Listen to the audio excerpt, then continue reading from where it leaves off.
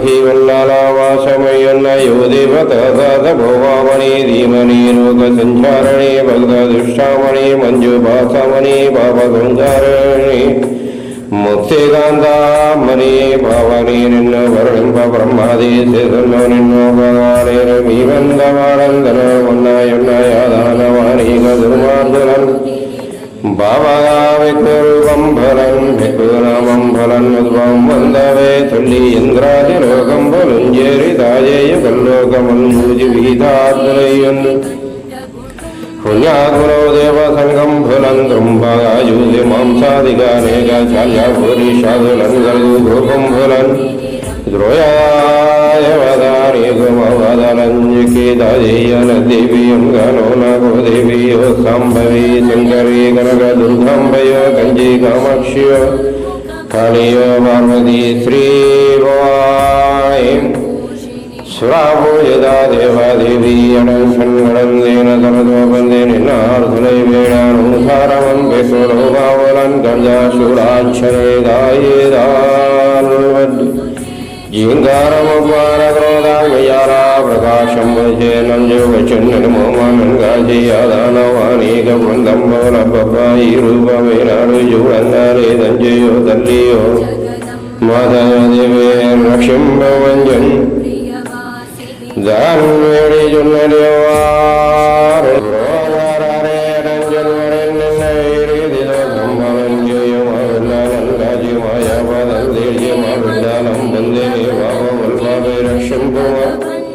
Survey వైగోమా దాత వైభవమా దండే వైగామా నేత వైదాంశమా దేవి వైభవమ్మ నూకాలమ్మ మకమ్మారి జారీవాయి సురాభోజవల్లి విశాలాక్షియో గంజే కామాక్షియో శాంభవి శంకరే పార్వతి అన్నపూర్ణమకాదేవి మీరందరం మేఘభవంబుధ మమ్మ రక్షంపడే బ్రాహ్మణం క్షత్రియం వైశ్యం శూద్రసంగం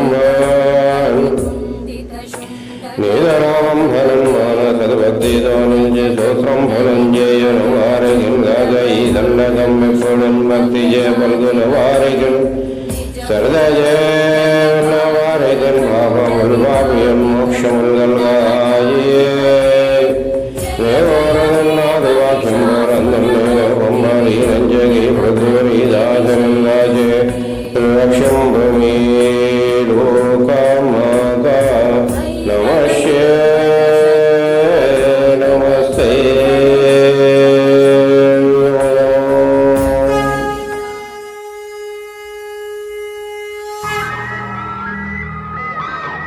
మానవుడు జంతువు మాదిరిగా జీవనం కొనసాగిస్తున్న సమయంలోనే కొన్ని అతీత శక్తులను ఆరాధించడం మొదలుపెట్టాడు.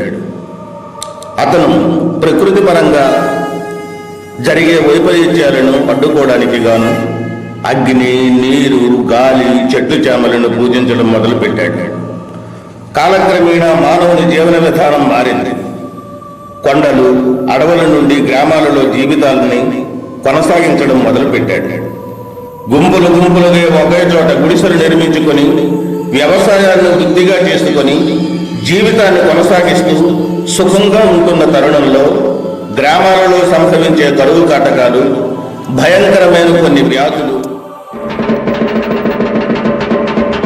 ఇందు మూలంగా 50 మందికి తెలియజేయడమేమనగా మహమ్మారి రోగం వచ్చి ఇప్పటికే చాలా మంది మనుషులు చచ్చిపోయి చుట్టుపక్కల ఏడూళ్ళు సుశాలైపోతున్నాయి. కాబట్టి మనల్ని అమ్మవారి తల్లే కాపాడాలని ఊరు మధ్యలో తల్లికి 3 కుండల్లో కుంభవారం వేసి అందరూ ఈ రాత్రికి జాతర చేస్తే అమ్మవారు కాపాడుతున్న అంజనం వేసిన పెద్ద పూజారి ముగ్గురు చెప్పాడు.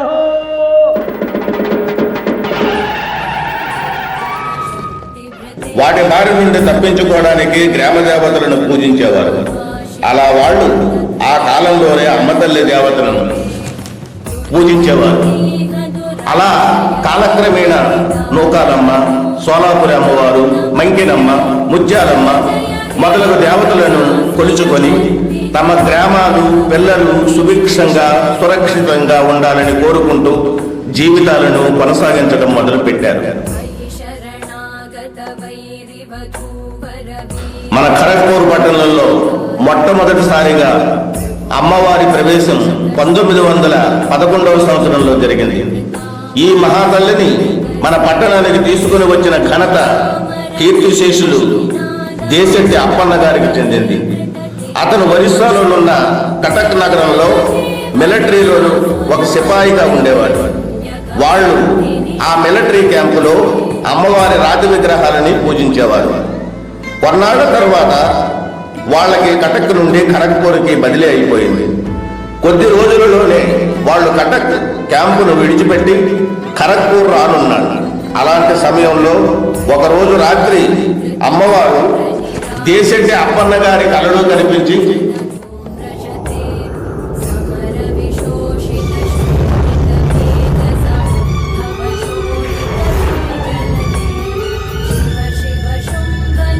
అన్నా, నన్ను ఇక్కడ విడిచిపెట్టి మీరు ఖరగ్పూర్ వెళ్ళిపోతారా? నన్ను కూడా తీసుకుని వెళ్ళండి, నన్ను కూడా తీసుకుని వెళ్ళండి అన్నా, నేను కూడా వస్తాను అని అమ్మవారు అన్నదట.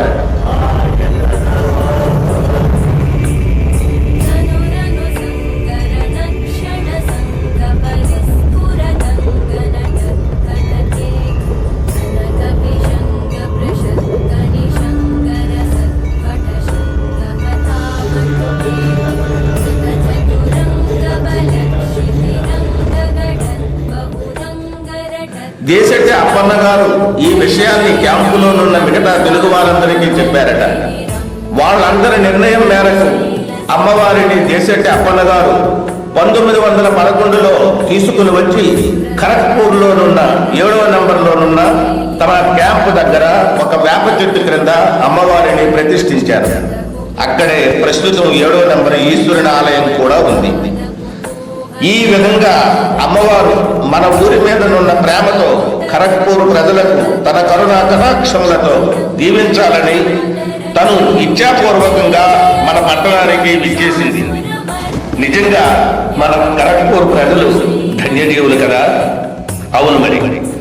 ఆ తర్వాత 3 సంవత్సరములు అమ్మవారు ఆ 7వ నంబర్ వేప చెట్టు క్రిందనే పూజింపబడింది. 1914 సంవత్సరంలో మొట్టమొదటిసారిగా పాతకోళిలో అమ్మవారి పూజలను ప్రారంభించారు. అప్పటి నుండి పాతకోళి పూజలను అమ్మవారి మొదటి స్థానమైన 7వ నంబర్ నుండి ఆ తల్లిని తయారు చేసి తిరువీధుల గుండా తీసుకుని రావడం ఆనవాయితీ అయింది. ఇంతలో 1917వ సంవత్సరం అమ్మవారిని 7వ నంబర్ లాంటి జనసందడి గల ప్రదేశం నుండి జనసంచారం తక్కువగానున్న ప్రదేశానికి మార్చాలన్న నిర్ణయం దేశెట్టి అప్పన్న గారు తీసుకున్నారు. ఆ విధంగా అమ్మవారిని జనసందడికి దూరంగా నిర్మానుష్యంగా ఉండే ప్రదేశంలో ప్రతిష్ఠించాలని అన్వేషిస్తూ ఉండగా ఖరీదాలో ప్రస్తుతం ఉన్న మన అమ్మవారి మందిరం స్థలం కనిపించింది. అయితే ఎక్కడో చిక్కొచ్చి పడింది. ఆ స్థలం గులూమియా అనే ముస్లింది. అందుకని హిందూ దేవాలయానికి ముస్లిం వాడు స్థలం దానం చేస్తాడా అన్న సందేహం దేశెట్టి అప్పన్న గారితో పాటు అందరికీ కలిగింది. అయితే విచిత్రం ఏమిటంటే ఆ గులూమియా అడిగిన వెంటనే ఆ స్థలాన్ని అమ్మవారి మందిరానికి ఇస్తాననడం జరిగింది. నిజంగా ఇది అమ్మవారి మహిమే ఉండొచ్చు. కాకపోతే ఎలా జరుగుతుంది? ఆ విధంగా అమ్మవారిని దేశెట్టి అప్పన్న గారి ఆధ్వర్యంలో 1917వ సంవత్సరంలో 7వ నంబర్ నుండి తెచ్చి ఖరీదాలో నిర్మించిన అమ్మవారి మందిరంలో ప్రతిష్ఠించడం జరిగింది. ఆ తరువాత కొన్ని సంవత్సరాలకి విగ్రహాలలో లోపం కనిపించడంతో 1993లో పండితుల వేద మంత్రాల పఠములతో ఆ పాత విగ్రహాలని మందిరం నుండి తొలగించి ప్రస్తుతం ఉన్న విగ్రహాలను ప్రతిష్ఠించడం జరిగింది. అయితే విచిత్రం ఏమిటంటే ఈ విగ్రహాలను కూడా అమ్మవారు ముందు వచ్చిన రాష్ట్రం అయిన ఒరిస్సా నుండే తేవడం జరిగింది. ఈ విధంగా రాష్ట్రం కాని రాష్ట్రంలో మన అమ్మవారి దేవాలయాన్ని ఎంత చక్కగా నిర్మించి అమ్మవారిని ప్రతిష్ఠించిన ఘనత దేశెట్టి అప్పన్న గారికి, మందిరానికి స్థలాన్ని దానం చేసిన ముస్లిం గులూమియాకి చెందింది. ఈ విధంగా గులూమియా దైవానికి మతంతో సంబంధం లేదని సర్వమత సమానత్వాన్ని ఆ రోజులలోనే చాటి చెప్పారు. ఆ తరువాత కాలంలో గులూమియా కుమారులైనటువంటి జాకీర్ మహమ్మద్ తను కటిక దరిద్రం అనుభవిస్తున్నప్పటికీ తన తండ్రి దానం చేసిన అంత పెద్ద స్థలాన్ని కూడా పైసా ఆశించకుండా 1999లో దేవాలయం పేరు మీద రిజిస్ట్రేషన్ చేసేశారు. ఇదిగో చూడండి, ఇదే ఆ దేవాలయం. నిజంగా ముస్లింలైనటువంటి గులూమియా జాకీర్ మహమ్మద్లకు మనం ఎంతైనా రుణపడి ఉన్నాం. ఆ సోలాపురి మాత కరుణా కటాక్షములు కృప ఆ కుటుంబం పైన ఉండాలని మనందరం కోరుకుందాం. వారి యోగక్షేమాలు మనందరం ఆశిద్దాం. ఇదిగో ఇదే మన అమ్మవారి మొదటి స్థానమైన 7వ నెంబర్ వేప చెట్టు. ఇక్కడ నుండే పాతకోళే అమ్మవారు 1914వ సంవత్సరం నుండి చక్కగా ముస్తాబై తిరువీధులలో భక్తులను పరవశింపజేస్తూ బయలుదేరుతుంది. అయితే 1914వ సంవత్సరం వరకు అమ్మవారిని జంగిడిలో తీసుకుని వచ్చేవారు. ఇప్పటిలాగా ఘటం ఉండేది కాదు. అలా జంగిడిలో అమ్మవారిని మొట్టమొదటిసారిగా తీసుకుని వచ్చిన వ్యక్తి కీర్తిశేషులు ఆదినారాయణ గారు. ప్రస్తుతం మన అమ్మవారి ఘటం తయారు చేస్తున్న పార్థసారథి నాన్నగారు. ఆ తర్వాత 1940 నుండి అమ్మవారి ఘటాన్ని తయారు చేస్తూ ఇలా తిరువీధులలో పూజలను కనువిందు చేస్తూ అమ్మవారిని పాతకోళే మందిరంలో ప్రతిష్ఠించేవారు. తరువాత కీర్తిశేషులు జగదీశ్వరరావు గారు అమ్మవారి ఘటం చేయడం మొదలుపెట్టి ఇప్పటి పూజారులైన పార్థసారథి గారికి తరబేదునిచ్చి కన్ను మూశారు. ఆ తరువాత ఆ కార్యాన్ని పార్థసారథి గారు నిర్విఘ్నంగా కొనసాగిస్తున్నారు. ఇదిగో అమ్మవారు బయలుదేరింది. అమ్మవారిని దర్శించి తమ బ్రతుకులను ధన్యం చేసుకోవాలని భక్తులు పడే ఆరాటం, అమ్మవారి పాదధూళితో తమ పమిట చెంగులను పునీతం చేసుకోవాలని స్త్రీలు ఇలా తమ పమిట చెంగులను పరుస్తారు. ముర్రాటలతో అమ్మవారి పాదాలను కడిగి ఆ నీటిని తమ తలలపై చల్లుకొని పునీతులవుతారు. ఇలా వాడవాడల అమ్మవారిని పూల గేటులతో వ్యాపాకుల గేటులతో ఘన స్వాగతం పలుకుతూ భక్తులు ఎలా పరవశించిపోతున్నారో చూశారా? ఈ విధంగా తిరువీధులలో తిరిగిన తరువాత అమ్మవారిని తెచ్చి అర్ధరాత్రి మందిరంలో ప్రతిష్ఠిస్తారు. ఇలా ప్రతిష్ఠించి అమ్మవారి జాతరను 9 రోజుల పాటు పాతకోళి భక్తులు ఎంతో ఆనందంగా జరుపుకుంటారు. ఈ 9 రోజులు అమ్మవారిని 9 వేరు రూపాలలో అలంకరించి ధూప దీపాలతో ఆరాధించి ఆ తల్లిని ప్రసన్నం చేసుకుంటారు. ఇక చివరి రోజు మధ్యాహ్నం 12 గంటలకు మొదలవుతుంది కుంభ పూజ. ఇదిగో ఇదే కుంభ పూజ ఘట్టం. తిలకించండి.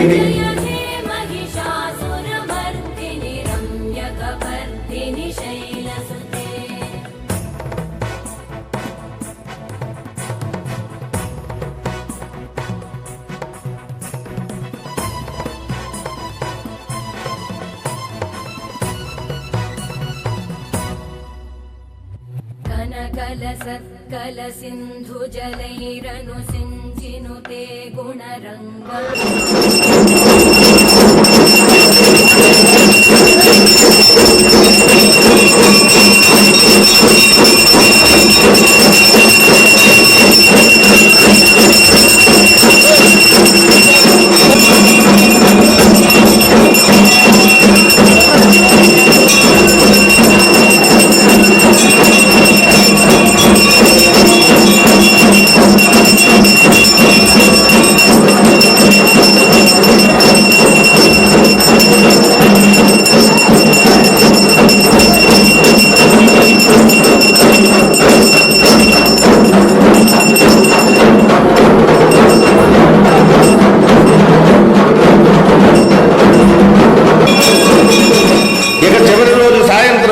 భక్తులందరూ అమ్మవారిని సాగనంపడానికి ఇక్కడ గుమిగూడి ఆ తల్లిని అనుసరిస్తూ బయలుదేరుతారు. ఆ తిరువీధి మహోత్సవాలలో పులివేషాలు, బోయి వేషాలు, పగటి వేషగాళ్లతో ఎంతో జనరంజకంగా ఊరేగింపు సాగుతుంది.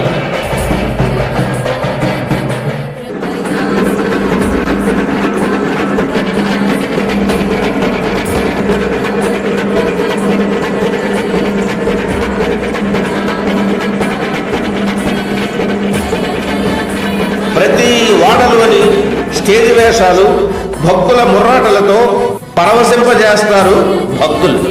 ఈ విధంగా 9 రోజులు అమ్మవారిని కొలుచుకుని భక్తులు పరవశించిపోతారు.